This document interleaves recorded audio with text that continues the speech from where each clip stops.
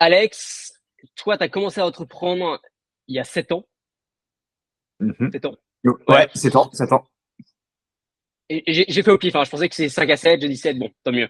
7, non, mais c'est 7 tout, en octobre, ça fera 7 tout pile. Ok, parfait. Tu as une boîte, t'as une très belle boîte aujourd'hui. Tu as plusieurs dizaines de millions d'euros de chiffre d'affaires. Mais ma question qui m'intéresse surtout, c'est pourquoi est-ce que tu entreprends? Et je te pose cette question à une époque en France où plus personne ne se pose réellement la question.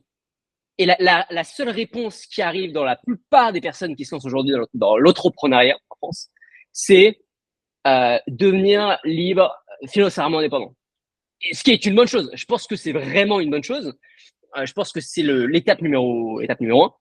Mais du coup, forcément, on arrive à une sorte de palier, de mur de verre où plus personne finalement n'entreprend pour vouloir changer le monde. Plus personne n'entreprend avec une mission. On parlait la dernière fois de Telegram avec Pavel Durov qui justement lui avec une mission et se battait pour cette mission-là. Et donc finalement, où plus personne ne lance, ou presque plus personne en France ne lance des business réellement ambitieux.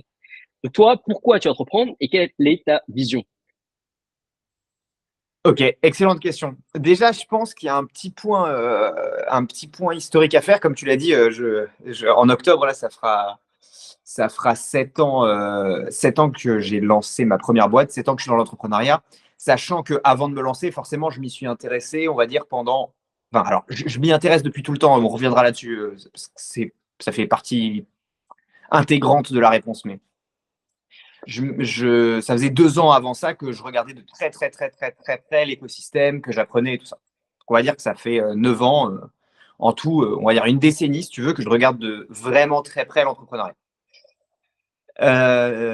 Déjà, moi, ce que je peux te dire, et je peux dire à tous ceux qui nous écoutent, et je pense que s'il y a des gens qui ont à peu près mon âge, voire plus âgés, qui regardent cette vidéo, je les invite à nous dire en commentaire est-ce qu'ils pensent la même chose. Mais il y a vraiment eu un glissement, un changement, si tu veux, de culture business en France, que je daterais autour du Covid.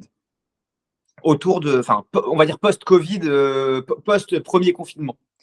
C'est-à-dire que moi, quand j'ai commencé, le but, le goal ultime, si tu veux, le truc stylé, on va dire, dans l'esprit de tout le monde, c'était de créer une startup d'ordre, si tu veux, essayer de créer une licorne, quoi. Et on en a vu plein émerger, Quanto, Payfit, Alan, enfin bref, je peux t'en citer 15, qui sont des startups qui sont nées entre, on va dire, 2014 et 2017-18. Donc voilà. Et qui avaient comme objectif de venir casser un marché, de venir révolutionner ce marché et de venir apporter une amélioration, on va dire, exponentielle sur un marché qui était un peu vieillissant. Alan dans l'assurance, Payfit dans les logiciels de paye, Quanto pour les comptes en banque professionnels. Enfin voilà, bref, on pourrait en citer plusieurs. Et je pense que pour beaucoup de fondateurs, c'était vraiment un idéal. C'est-à-dire que ils venaient répliquer un peu ce qui se passait dans la Silicon Valley. On va dire ça comme ça. Et cette culture de je monte une startup, de je lève des fonds et tout ça, tout ça était devenu l'espèce de norme stylée du monde de l'entrepreneuriat. Tu as toujours eu des gens qui ont bootstrappé, tu as toujours eu des business un peu alternatifs, des agences et ainsi de suite, mais globalement, l'écosystème était organisé de cette manière-là. Il y a eu deux choses qui se sont passées d'après moi. Truc numéro un, il y a eu le Covid. Donc, beaucoup de gens se sont trouvés avec beaucoup de temps et se sont dit, bah, tiens, je pourrais lancer un petit business sur le côté, mais ils n'avaient pas pour autant envie de quitter leur boulot. Donc, beaucoup de mecs se sont retrouvés à être on va dire, des pseudo-entrepreneurs, c'est-à-dire qu'ils avaient leur job, mais ils s'en foutaient parce qu'ils étaient soit en chômage partiel, soit ils avaient quasiment rien à faire, si tu veux, et ils étaient en télétravail tout le temps. Donc, ils se sont dit, vas-y, je vais lancer un peu de drop, vas-y, je vais lancer une formation, vas-y, je vais lancer un business de consulting en ligne, vas-y, je vais lancer une page, tu vois, pour faire un peu de médias, machin. Ça, c'est le premier point. Et deuxième point, les gens se sont rendus compte que le modèle startup de je lève des fonds, je crame de l'argent, il y a aussi beaucoup de déceptions. C'est-à-dire que pour une boîte qui réussit, il y en a des centaines, et j'exagère pas, des centaines qui plantent. Et donc, le truc n'est pas forcément méga rentable. Les chances que tu as de t'en sortir sont en fait relativement fine quand tu commences. Et en plus d'être fine, elle te demande d'être très très très bon, puisque la barre de l'entrepreneuriat ne fait que monter. C'est-à-dire que lancer une startup de Internet en 2000, c'était clairement beaucoup plus facile que de la lancer maintenant. Pour réussir, j'entends. Évidemment, il y avait plus de barrières à l'entrée. Tu n'avais pas AWS, tu n'avais pas Facebook pour la faire connaître. Tu avais plein de barrières. Par contre, une fois que tu arrivais à passer ces barrières, tu avais moins de concurrence. Aujourd'hui, le fait d'enlever ces barrières à l'entrée fait que n'importe quel gamin en Uruguay avec une connexion Internet et qui est un peu malin peut devenir ton concurrent. Tu vois.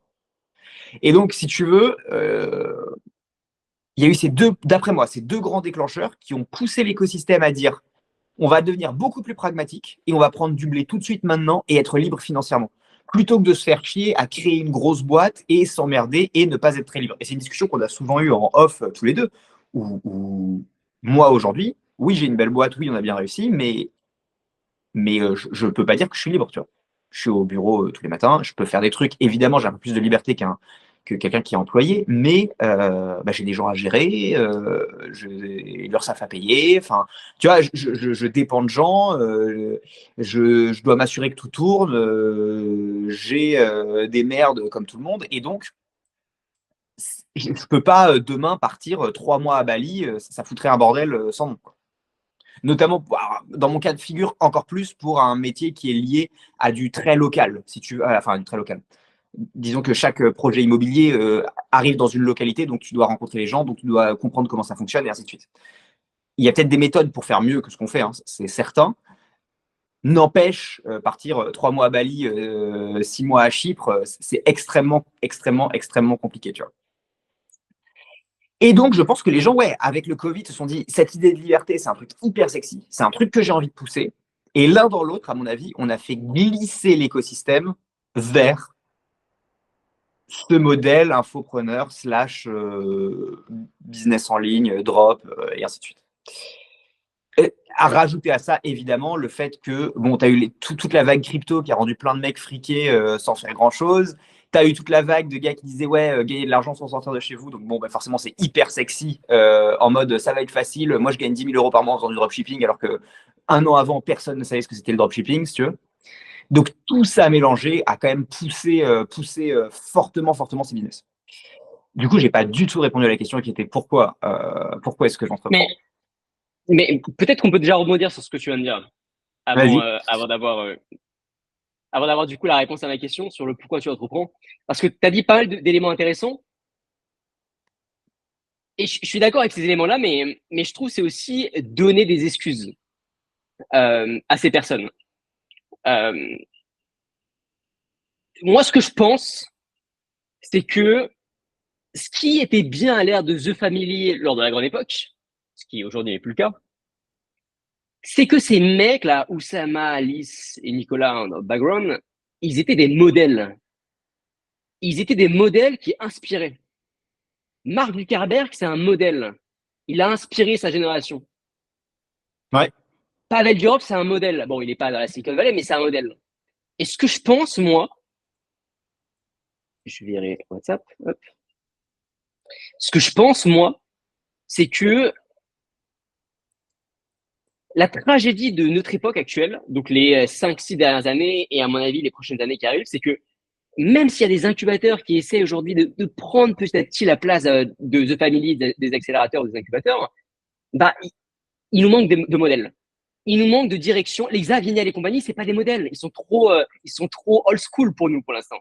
C'est pas eux qui, bon, je pense qu'ils inspirent très peu de personnes. Les personnes les respectent, mais ils n'inspirent pas les jeunes aujourd'hui à lancer des business ambitieux avec plus ou moins de sens qui vont essayer d'amener loin. Aujourd'hui, les modèles qu'on a sur Internet, le mec moyen qui allume YouTube, son modèle, moi je suis bombardé de ça, c'est gagner 10 000 euros rapidement en automatique, puisque c'est ce qui fait vibrer les personnes, en l'espace de 7 jours. Là, les modèles sur Internet en France, c'est ça. En France, c'est j'ai gagné, j'ai rien fait de ma journée, j'ai gagné 5 000 euros grâce au SMMA, génial. J'ai vendu une formation, j'ai gagné de l'argent, génial, tu vois. Et je pense qu'on sous-estime vachement, on parle beaucoup de propagande politique, mais on sous-estime vachement la propagande business qui n'a pas du tout été organisée, hein, je crois pas sur le fait que ce soit organisé, mais qui matrixe un peu les cerveaux et qui ne met même pas, qui ne fait même pas, comment dire, les personnes qui sont dans l'entrepreneuriat aujourd'hui, dans le business en ligne, ne font même pas l'arbitrage. Je pense qu'ils sont même pas au stade de se dire, OK, est-ce que je vais réfléchir à une idée spécifique avec un segment de marché intéressant à attaquer? Est-ce que avec des personnes, un bon produit à produire? Non. Immédiatement, ce qui leur vient à l'esprit, c'est entrepreneuriat, ok, business en ligne, ok, il y a de l'agence, il y a quoi? Il y a le freelancing, il y a vente d'infoproduits, pardon, il y a le trading aussi, et on va avoir euh, le dernier, je me souviens plus. Bref. Dropshipping et Et tout ça. Enfin, dropshipping, e-commerce. ouais, dropshipping, ouais, bien sûr, dropshipping. Et donc, moi, ce que je pense aujourd'hui, c'est qu'il manque des personnes en France avec du charisme. Et Oussama Hamar, qu'on l'aime ou qu'on l'aime pas, malgré tout ce qui se passe aujourd'hui, euh, bah, il avait du charisme. Et à l'époque, ça a inspiré. Aujourd'hui, il inspire, à mon avis, plus les bonnes personnes, forcément. C'est un autre sujet de discussion. Mais à l'époque, c'est un mec qui a du charisme et qui inspirait le côté, OK, les mecs, on va révolutionner le monde et on va faire en sorte que la France se bouge à ce niveau-là et devienne une machine à créer des personnes ambitieuses qui créent des business ambitieux. Ouais. Et je pense qu'il y a un énorme segment à ce niveau-là aussi à aller chercher, tu vois, une énorme place à aller prendre. Mais on parle de la France là, mais c'est vrai partout, hein. Aux États-Unis, tu as un énorme mouvement infoprenariat. Enfin, il y a Alex Hormozy, il y a tout ça. Tu as un énorme mouvement infopreneur, machin. C'est juste qu'ils ont tellement de monde et il y a une culture qui est tellement prégnante dans la Silicon Valley, capable de sortir, notamment dans les dernières années, OpenAI, par exemple. Enfin, je pense à eux. Enfin, c'est le premier truc qui me vient à l'esprit, mais notamment OpenAI, qui fait que depuis ici, on a l'impression que eux, ils restent, tu vois, hyper innovants avec des business à mission et tout. Mais je pense qu'ils ont le même phénomène, hein, ou une version américanisée du même phénomène, si tu veux. C'est juste qu'ils sont tellement nombreux, c'est tellement gros, ils font tellement tous du business que l'un dans l'autre, il y a assez d'innovation encore pour noyer les journaux et qu'on ait l'impression qu'il y en a qui sortent souvent. Et notamment, il y a, encore une fois, Midjourney, OpenAI, Anthropic et les, je pense, à part Mistral, hein, qui vient de chez nous, j'ai pas envie de dire de conneries, mais sur les 10 plus grosses boîtes d'IA, il doit y en avoir soit 9, soit 8, soit 7, si tu veux, qui viennent des US. Ce qui est en soi pas un problème, mais du coup, capte toute l'attention.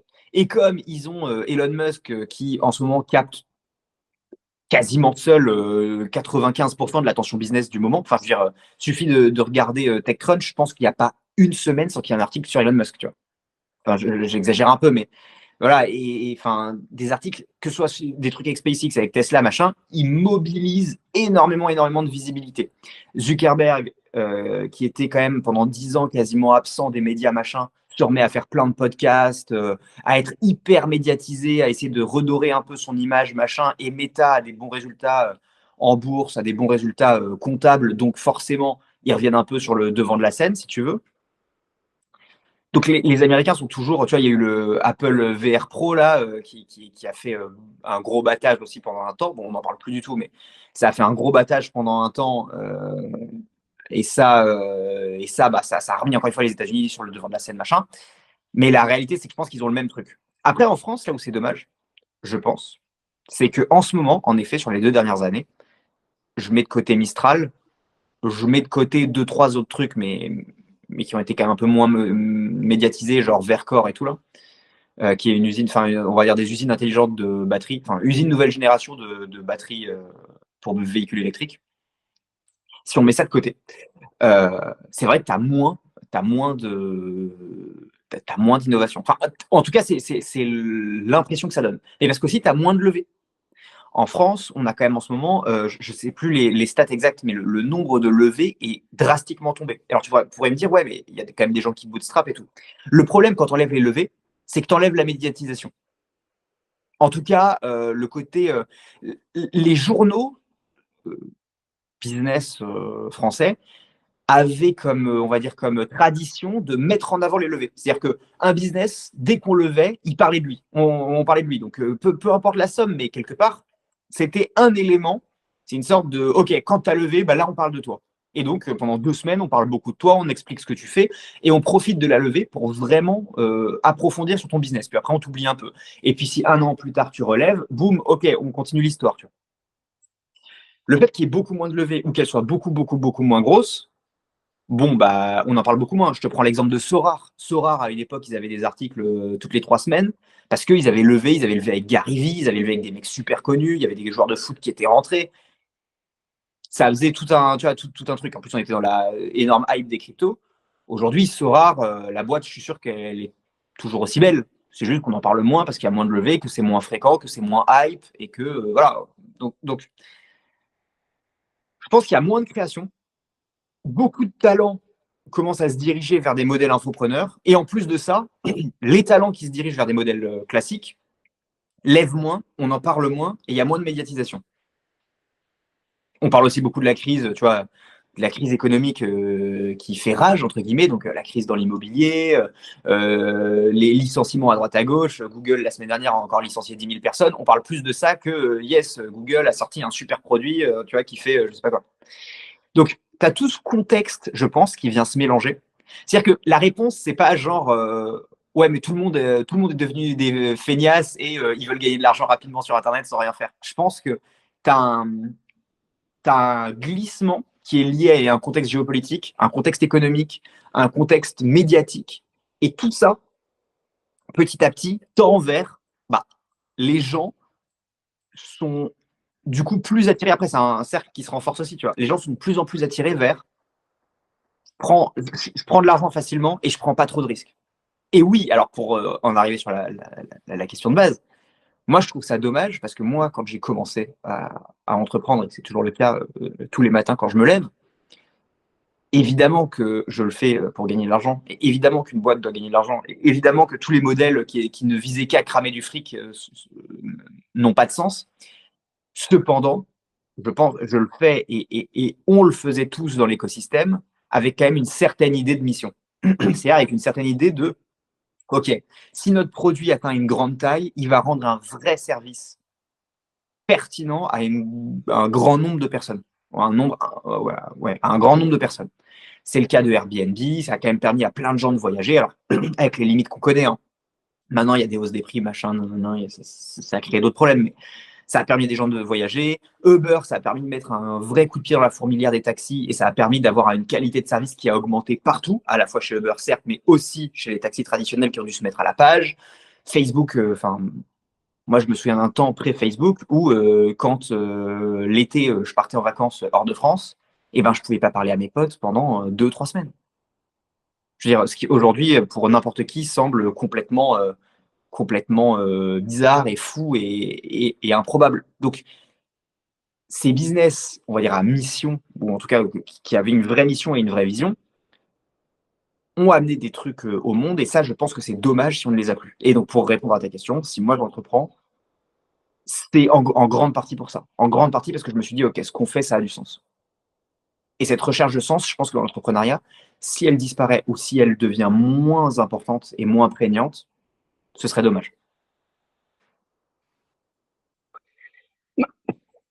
Si je rebondis sur ce que tu m'as dit juste avant, je suis d'accord avec toi. C'est un phénomène qui est mondial, ou aussi globalisé. Je pense que ça, il y a, il y a le même phénomène aux États-Unis, mais la grosse différence quand même, c'est qu'aux États-Unis, il y a un arbitrage, il y a une contrebalance. Certes, il y a les Andrew Tate et toute cette petite clique qui vont vachement mettre sur le devant de la scène, les gars, vous allez monétiser votre connaissance, vous allez lancer des infoproduits géniaux, les gars, lancez-vous dans le dropshipping, etc. Il n'empêche que il y a quand même des figures de la startup qui sont aussi vachement mis sur le devant de la scène, et la startup sexy, j'entends, qui sont vachement mis sur le devant de la scène et qui permet d'apporter une sorte de voilà de contrebalance par rapport au bruit que peut faire le business en ligne traditionnel qui est amené par les mecs comme Tate et tout le reste d'ailleurs. Il y en a énormément. En France, est-ce que est-ce qu'on a ça en France? Je sais qu'il y a des personnes qui parlent de la startup, je sais qu'il y a des personnes, il y a des podcasts qui sont spécialisés là-dessus, mais est-ce qu'on a vraiment des modèles sexy ou charismatiques qui donne envie aujourd'hui à la nouvelle génération de se lancer dans la startup? En fait, le problème, moi, j'irais même un cran avant ça. Le problème que tu as, à mon humble avis, c'est que tu n'as pas la force médiatique que tu as aux US.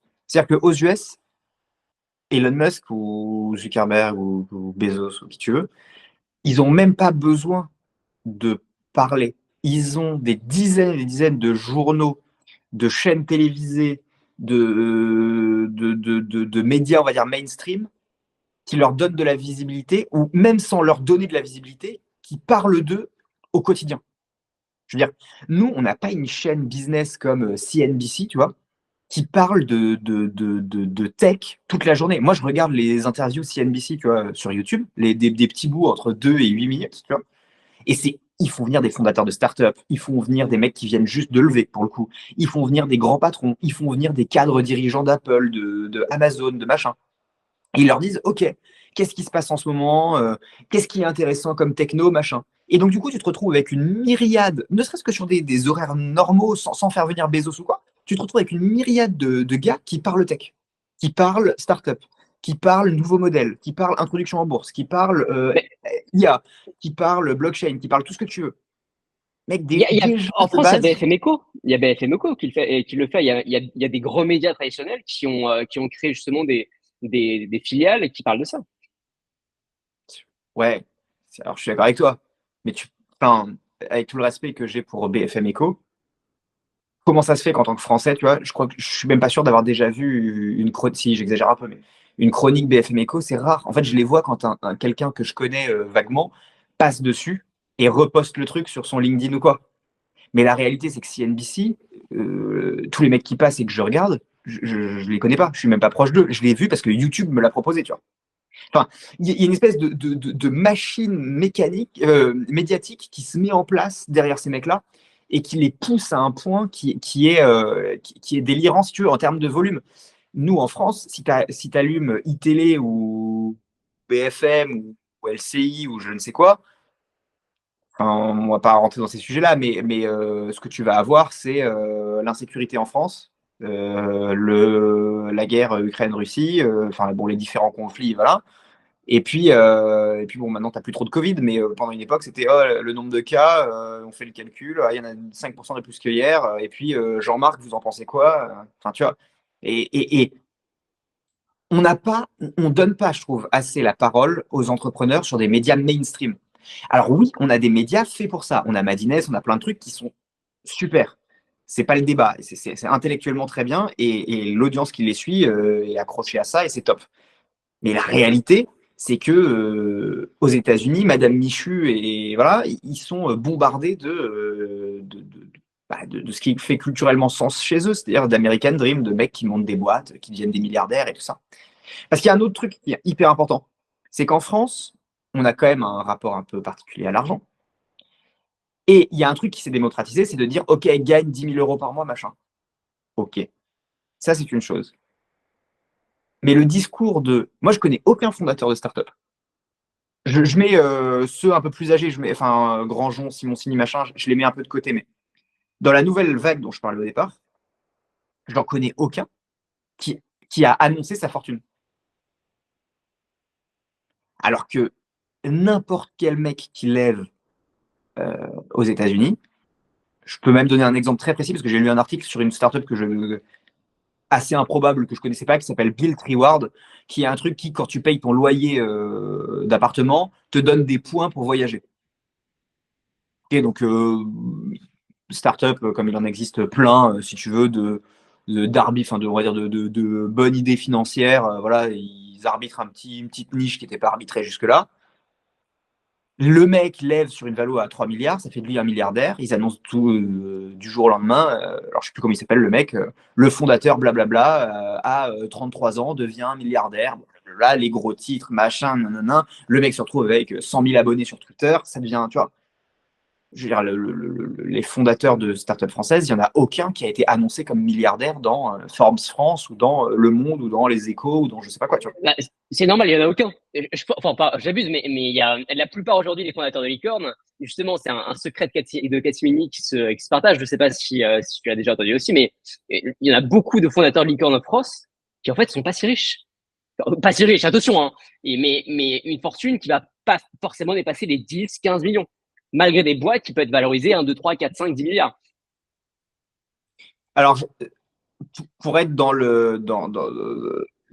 la partie, alors sans que ça fasse cette taille-là, évidemment, mais je peux te le confirmer, parce qu'entre ce qu'on t'annonce quand tu lèves et ce que tu reçois vraiment, la manière dont ça se passe, enfin, on va dire tout ce qui se passe en bac, il y a quand même une grosse différence et une grosse nuance. Et puis ensuite, sur les valos, ce qu'il faut savoir, c'est que tu as ta valo d'entrée. Donc ça, OK, tu as ta valo d'entrée, elle est à 1 milliard, machin. Donc bon, sur le papier, tu as peut-être beaucoup d'argent. Et ensuite, il faut voir comment ça se passe quand tu lèves les tours d'après et que tu n'as pas réussi si tu veux, à réatteindre cette valo ou à la dépasser. Parce que là, il y a des clauses dans les pactes qui font que tu es dilué différemment. Enfin, on y reviendra. On pourra faire tout un épisode là-dessus. Euh, Parce que c'est hyper intéressant. Mais en effet, je suis d'accord avec toi, peut-être qu'il n'y en a pas beaucoup, mais c'est sûr qu'il y en a certains. Enfin, je veux dire, Doctolib, je crois que c'est valorisé, si je dis pas de conneries, à 5 ou 6 milliards. 5 ou 6 milliards, tu ne me feras pas croire que le fondateur, il a moins de. Ouais, peut-être. Il faudrait faire les calculs. Est-ce qu'il a moins de 20%? Ouais, peut-être. Peut-être. Je sais pas. Mais même s'il n'est pas milliardaire, si tu veux, même s'il n'est pas milliardaire, le résultat tient avec 700 millions de fortune. Si tu veux, avec 700 millions de fortune, il faudra faire Tu sais, il y a un classement des fortunes par challenge en France. Faudrait aller voir, mais avec 700 millions de fortune, à mon avis, tu es dans le top 50 français. Hein.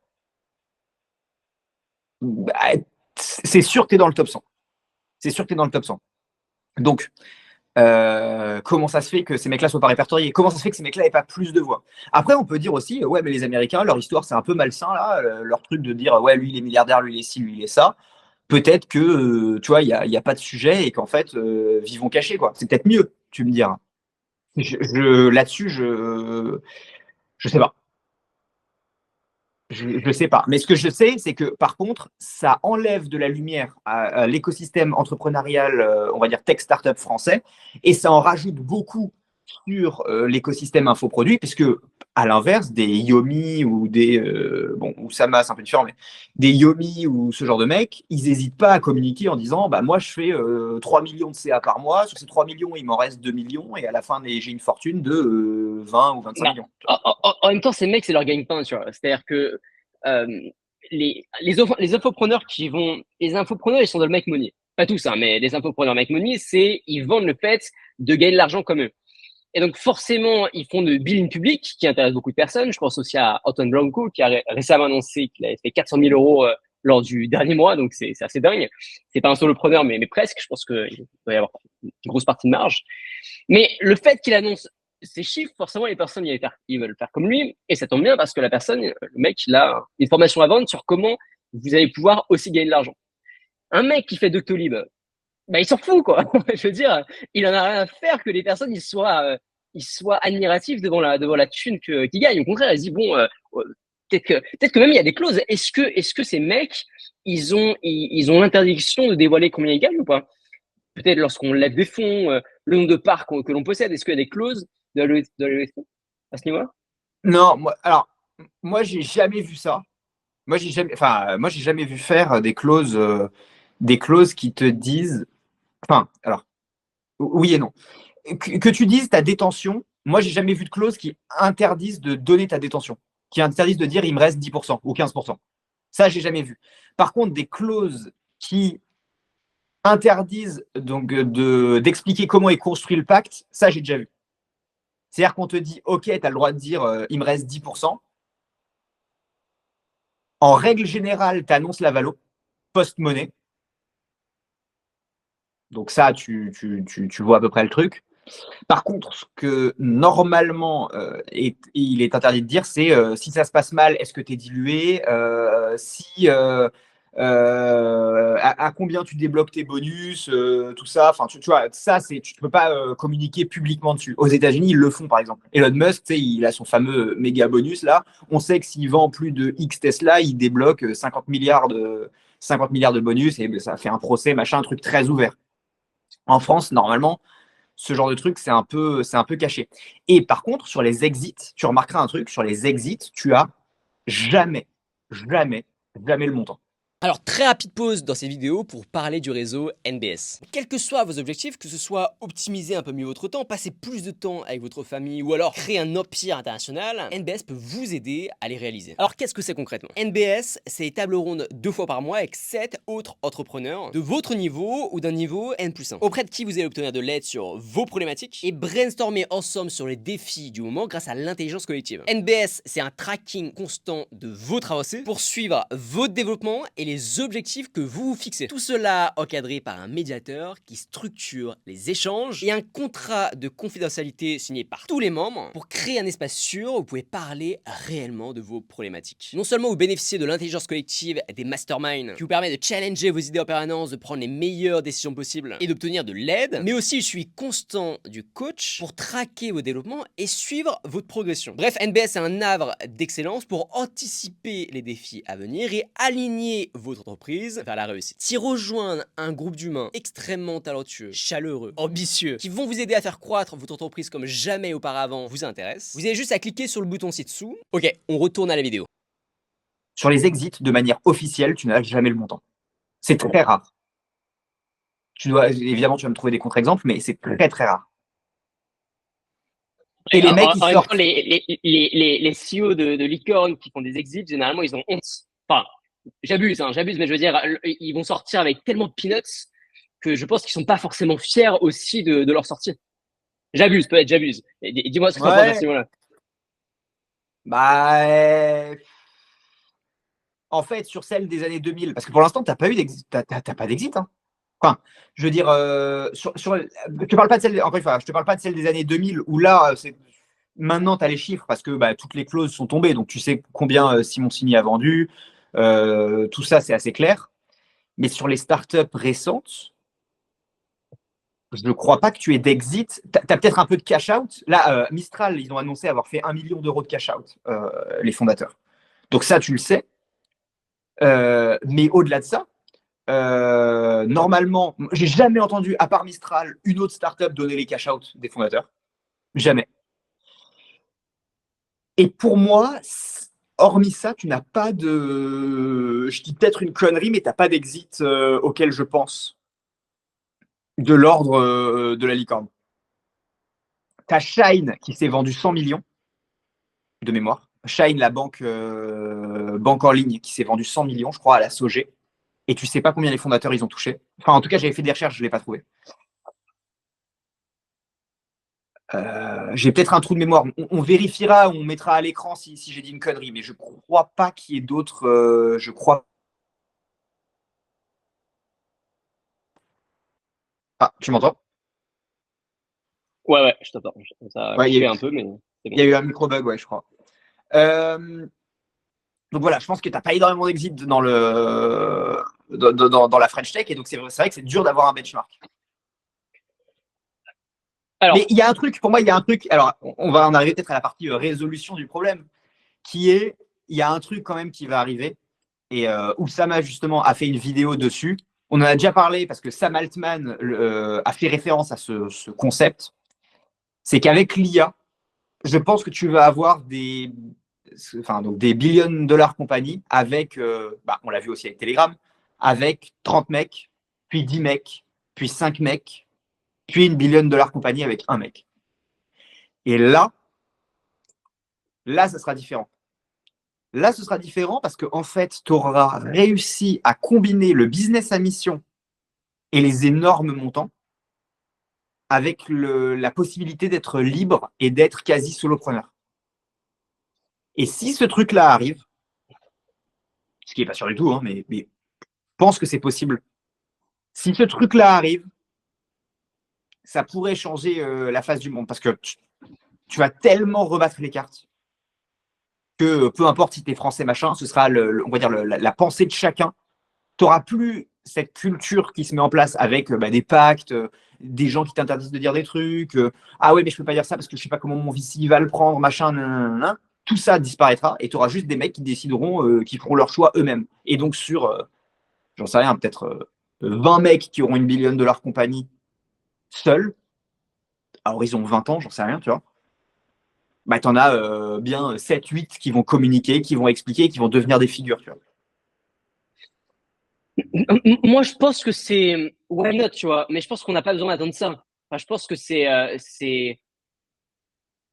enfin, on n'a pas besoin d'attendre que ce soit possible de créer des billions de dollars compagnie en étant solo pour qu'il y ait ce shift. Aujourd'hui, on arrive déjà dans une ère où n'importe qui peut devenir solopreneur avec Indie Hacker, créer de la tech, soit en apprenant parce qu'il y a une infinité de formations, soit en utilisant des outils comme ChatGPT.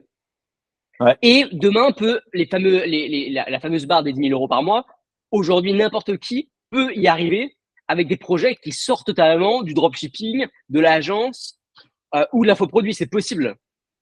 Donc finalement, je pense pas que ça puisse faire un shift. Moi, je pense que le vrai shift va changer à partir du moment, tu en parlais tout à l'heure, mais finalement, ça rejoignait un peu le côté on manque de gourous, on manque de modèles en France. Lorsqu'il y aura un peu plus de médiatisation du côté justement des startups qui vont changer, qui vont différer de ok juste vous allez lancer un shop e-commerce et puis hop vous allez devenir riche.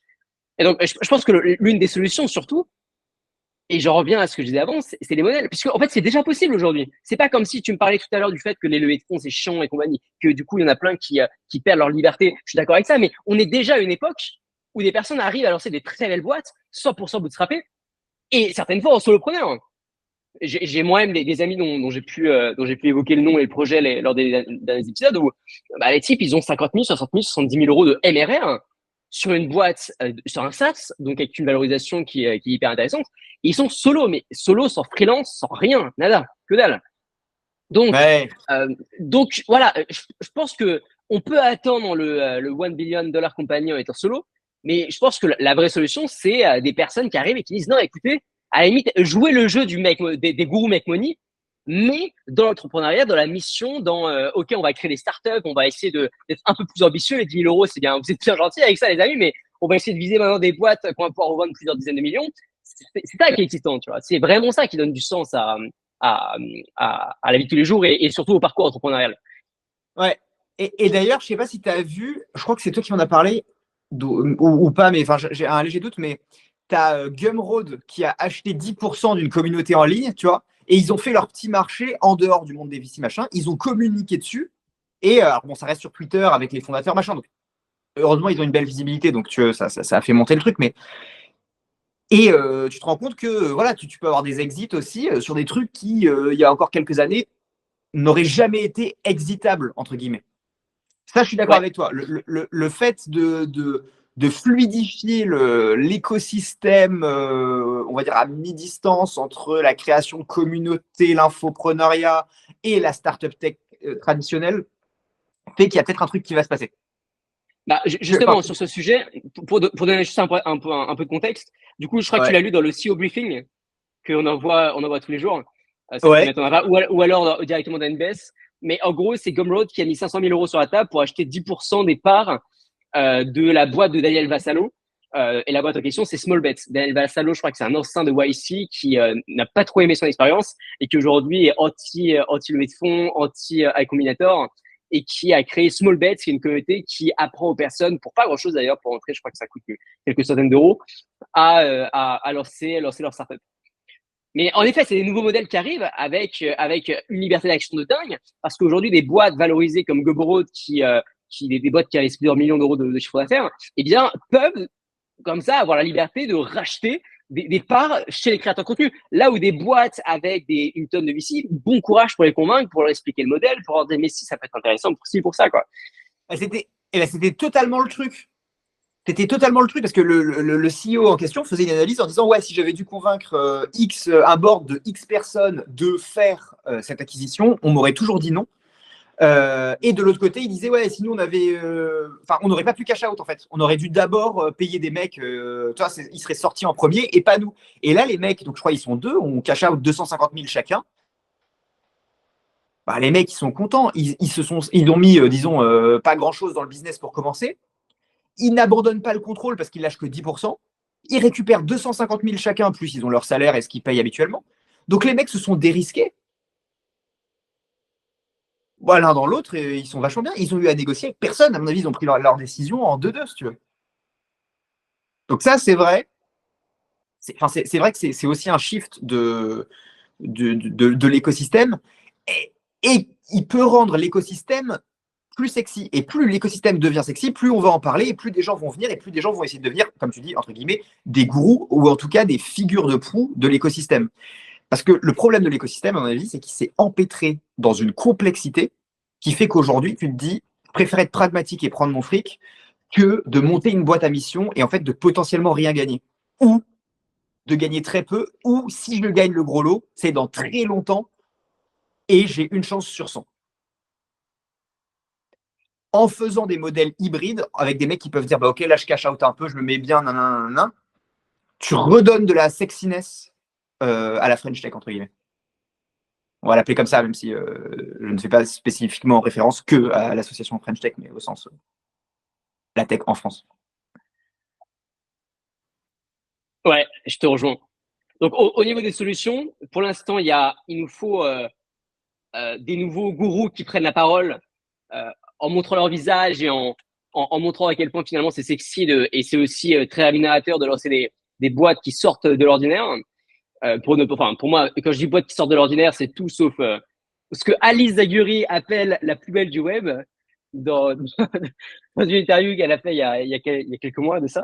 Donc, dropshipping et compagnie. Et aussi, je pense que tu parlais tout à l'heure des médias, je trouve que c'est hyper intéressant. Madines, c'est sympa, mais c'est chiant à mourir.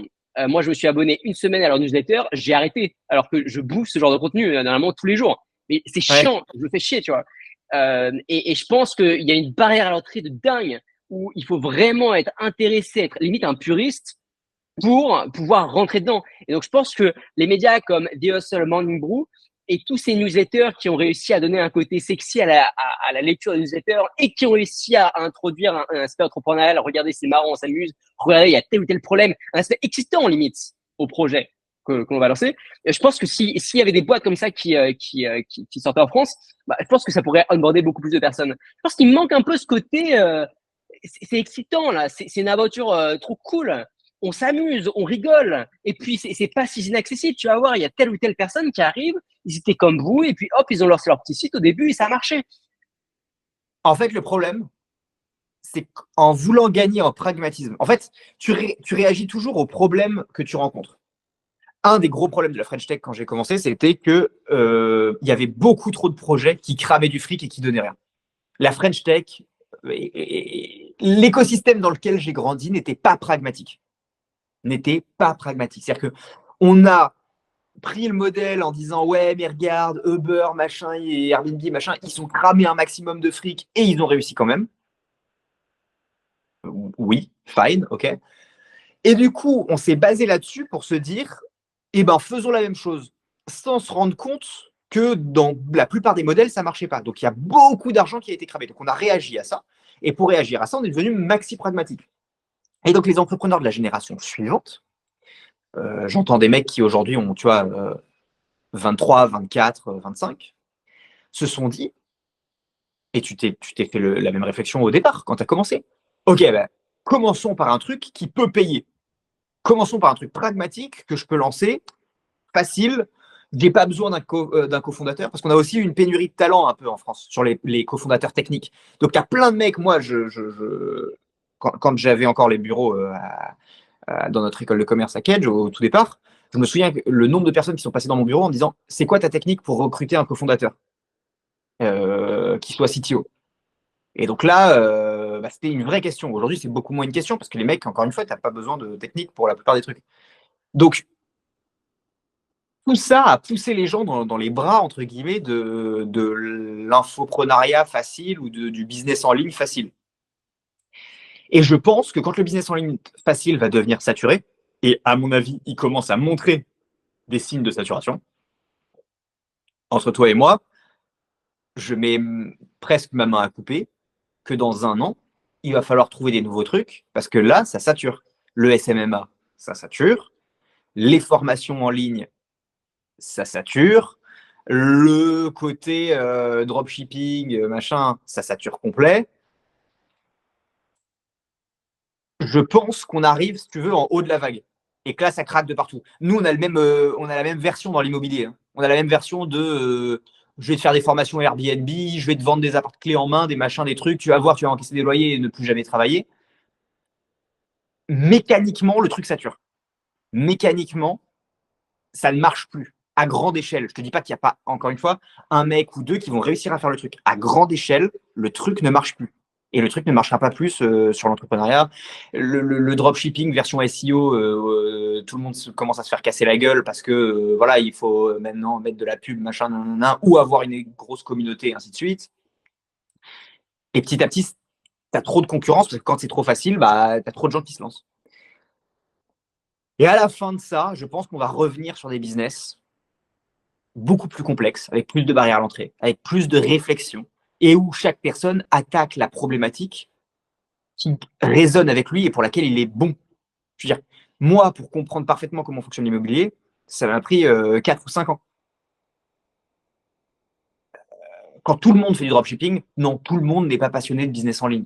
Non, tout le monde n'a pas une expertise spéciale sur la vente de ponchos achetés sur Alibaba, tu vois. Non, les gens achètent des ponchos sur Alibaba et les vendent parce que c'est fastoche, pas parce qu'ils ont une passion pour le poncho. Donc, ils ne sont pas meilleurs que les autres, tu vois. Et je pense qu'on va revenir à ça, c'est juste que ça va prendre du temps. Et oui, ça aidera quand on aura en effet des figures de proue, ça aidera quand il y aura eu des grosses levées, ça aidera quand l'écosystème va se détendre et que soit les levées, soit les exits, soit l'activité de manière générale va repartir vraiment à la hausse. Je pense que tout ça va aider aussi. Ouais, je crois pas trop au truc de la saturation. J'ai vu une vidéo comme ça, Théo Lyon, hyper intéressante, qui disait que l'infoproduit était une bulle.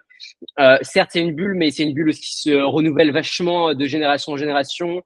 On trouve toujours de nouvelles choses. Il y a eu les NFT, des meme coins qui sont arrivés lorsque le dropshipping c'était pour la mode, puis après le dropshipping est revenu à la mode. Je pense que les modèles vont évoluer. Je pense que le dropshipping se modernise un peu. Il y a aujourd'hui dropshipping, mais sur des pays qui sont plus proches, et donc on se rapproche beaucoup plus de la création de marques. Certes, au bout d'un moment, lorsque moi, enfin, certes, au bout d'un moment, on rentre de plus en plus dans une caricature où moi, je me fais démarcher tous les jours par les enfants de 14 ans qui me disent en gros, mec, ton business, il va pas bien, tu vas voir, je vais t'apprendre à faire mieux, tu vois. Et on est à peu près toutes les personnes un peu sérieuses qui sont sur Internet aujourd'hui reçoivent tous les jours des monteurs vidéo qui te disent en gros que tu fais tout mal et qui vont t'apprendre la vie, tu vois. Et donc ça, à mon avis, en effet, ça a saturé. Mais le modèle même du business en ligne, je pense que ça va continuer tant qu'il y aura justement des vendeurs de rêves qui vont dire, les gars, c'est comme ça qu'on va faire de l'argent. Et attention, hein, je le dis en connaissance de cause, parce que moi, j'ai fait beaucoup de ventes de formation, notamment des ventes de formation dans le Web3. Et à un moment, j'ai vendu de la formation à un moment où les business Web3 marchaient un peu moins bien. Et en fait, c'est pas parce que la réalité du marché était brevalante que la vente de formation marchait un peu moins bien. Toute l'année 2023, alors qu'on était au bear market total, moi, je n'avais jamais aussi bien gagné. Alors, il y avait des opportunités, attention, hein. C'était pas, j'en ai pas du vent et tout. Il y avait des vraies opportunités, des vrais business à lancer. Et il y a des personnes qui réussissaient vachement. Mais la réalité du marché était en adéquation avec le flux de vente que j'avais au fur et à mesure. Et donc, voilà, je pense que les personnes, ils ont besoin de rêve, ils ont besoin de l'individu moyen, même à peu près tout le monde a tous besoin de rêver un peu. Et donc, si demain il y a une personne qui nous inspire un peu plus, qui nous dit, mec, en fait, c'est pas comme ça, c'est comme ça qu'il faut faire et c'est comme ça que tu vas pouvoir gagner de l'argent. Et si le mec est un peu charismatique, et ben les mecs ils vont acheter. Et du coup, ça se renouvelle encore et encore et encore. Ouais. Mais attends, toi là, tu viens de me faire penser à un truc en disant ça. Quand tu dis on a besoin de gourous dans la tech et tout ça, toi tu parles d'un mec qui vendrait des formations comment monter une startup ou tu parles d'un équivalent d'Elon Musk qui juste donne envie aux gens mais il en a rien à branler que tu montes une startup ou pas? Ouais, moi je parle d'un équivalent d'Elon Musk, ou alors équivalent d'Elon Musk, ou alors un mec qui serait incentivé par le fait que plus de personnes lancent des startups, que ce soit de la vente de formation ou autre, je m'en fous. Mais par exemple, The Family, eux, ils étaient incentivés parce que avec leur discours, bah c'était un canal d'acquisition de dingue pour ensuite onboarder pas mal de startups au sein de leur boîte. Donc qu'ils soient incentivés ou pas, je m'en fous. Moi, ce que je veux, c'est des modèles qui puissent montrer à quel point c'est sexy, à quel point c'est cool, à quel point la voiture est stylée là-dedans, et à quel point c'est quand même beaucoup plus fun de lancer des business beaucoup plus ambitieux, où on va pas viser les 10 000 euros par mois, mais plusieurs millions, et aussi qui nous fait kiffer au jour le jour, quoi. T'as raison. Mais c'est vrai que The Family, enfin, si on est honnête, pour les entrepreneurs de ma génération, la fin ou les complexités de The Family, c'est un peu une tragédie, tu vois. Enfin, The Family, pour moi, ça représentait les pères fondateurs, si tu veux, de l'écosystème tech et startup en France. Alors qu'en fait, si on vraiment réfléchit le truc, hein, Il y avait d'autres mecs avant qui avaient monté plein de boîtes. Mais quand The Family arrive, c'est le renouveau, si tu veux. C'est évidemment, crise, dot-com, bubble, machin. Et pour ma génération, ils sont arrivés plus ou moins quand nous, on a commencé à regarder les trucs. Donc moi, j'ai appris l'entrepreneuriat en regardant toutes les vidéos de The Family. Là, c'était Coup d'État, hein, je crois, le truc qui s'appelait avec un K, là. Et on se tapait des dizaines d'heures de vidéos, mec, pour juste essayer de comprendre comment fonctionnait cet environnement, essayer de comprendre les best practices, essayer d'apprendre auprès de ce qu'on considérait comme étant les meilleurs, tu vois. Et je pense qu'une grande partie de l'écosystème français dérive de près ou de loin, évidemment, après il y a leur expérience à chacun, mais dérive de près ou de loin leur méthode de The Family. En tout cas, dans ma génération d'entrepreneurs. Et celle juste avant, tu vois. Les mecs qui ont entre 25 et 35, on va dire, si on prend une très large période. Je pense même que ma période est un peu large. Et ça, c'était. C'est dommage qu'on l'ait perdu. Ou à minima, c'est dommage qu'on n'ait pas quelqu'un qui ait repris le flambeau, tu vois. Aujourd'hui, à ma connaissance toujours, et je peux faire des erreurs parce que je suis moins dans l'écosystème early ces derniers mois, mais il n'y a pas d'incubateurs qui ont repris cette. Il n'y a pas l'équivalent d'un. Pour moi, The Family, c'est l'équivalent d'un YC aux États-Unis. Et il n'y a pas cet équivalent d'un incubateur qui vraiment met de la dynamique, met du knowledge, publie des articles. Enfin, tu vois, a vraiment ce côté très communicatif et tout ça. T'en as toujours, mais il n'y a pas une figure de proue. Ou alors je la connais pas ou je l'oublie, tu vois. 100%. 100% d'accord. Et en fait, il y en a qui jouent des réseaux, il y en a qui créent du contenu, mais ils font pas autant de bruit. Et c'est pour ça que je parlais de gourou tout à l'heure, parce que encore une fois, qu'on l'aime ou qu'on l'aime pas, le mec Oussama, c'était un gourou. Et attention, quand je dis gourou, c'est pas connoté négativement, c'est juste une personne avec des adeptes. Et c'est peut-être ce qu'il nous faut aussi. À condition que ce soit des adeptes qui aillent dans le bon côté, bien entendu, mais je veux dire, au moins, il y avait un côté mouvement. Il y avait un côté, ok, il y a la parole, c'est cool, et donc, du coup, on va de l'avant. Et, donc, il y en a, mais ils ont pas le truc, quoi. Ils ont pas le truc que pouvait dégager The Family. Même, je parle beaucoup de Oussama Hamar, mais le branding qu'a réussi à créer Alice Guri dans The Family était aussi unique. Elle a réussi à créer un esprit de cohésion qui a été unique dans l'écosystème et qui aujourd'hui, sans même parler de gourou, aucun autre incubateur a réussi à créer ça. Ouais, non, mais je suis d'accord avec toi qu'ils avaient à la fois un branding, une visibilité et tout, qui encore une fois, à ma connaissance, et je ne veux choquer personne s'il y a quelqu'un d'autre qui est capable de faire ça, qui est inégalé. T'as un autre truc aussi auquel je viens de réfléchir, tu vois. C'est Station F. C'est quand Station F est arrivé, ça a mis un énorme coup de projecteur sur la French Tech. Et au bout d'un moment, Station F, aussi bien que ce soit, tu perds l'entrain des premiers jours. Pourtant, je suis sûr que Station F sort toujours autant de startups, que c'est toujours aussi sexy. J'y suis pas allé depuis 2 ans, là, mais je suis certain que Mais est-ce ça que n'a c'est pas vraiment bougé. sexy? Parce que moi, j'entends Station F et dans la bouche de beaucoup de personnes qui entreprennent, j'entends personnes qui sortent des grandes écoles et qui se cherchent un peu et puis qui réussissent à lever un peu de fonds, qui font plaisir à papa et à maman, mais qui derrière, est-ce qu'il y a vraiment beaucoup de boîtes, des boîtes connues, des boîtes qui arrivent à survivre plus de 5 ans, par exemple, qui sortent ou pas? Ah oui, oui, quand même. Non, non, non, non, Ok, non. Station F a quand même sorti des pépites, hein. ok. Faudrait regarder exactement, mais dans les licornes que j'évoquais juste avant, il y en a pas mal qui soit sont passés par Station F, soit sont passés par un des incubateurs qui après est allé à Station F, soit ont mis un bureau à Station F pour recruter des talents, machin. T'as quand même eu des VC, t'as quand même. Non, non, c'est quand même un haut lieu. C'est quand même un haut Alors, lieu Ouais. Station F, 5000 startups, Ouais. une licorne. Mais non. C'est qui la Ouais, licorne en question? je sais pas. Attends, je suis sur les numériques. 5000 startups, une seule licorne. Euh, Je sais pas, je la mettrais, il faudrait que je regarde l'article Ah rapidos. ouais, putain, tu vois, je pensais honnêtement que le ratio était bien meilleur que celui-là. Ouais.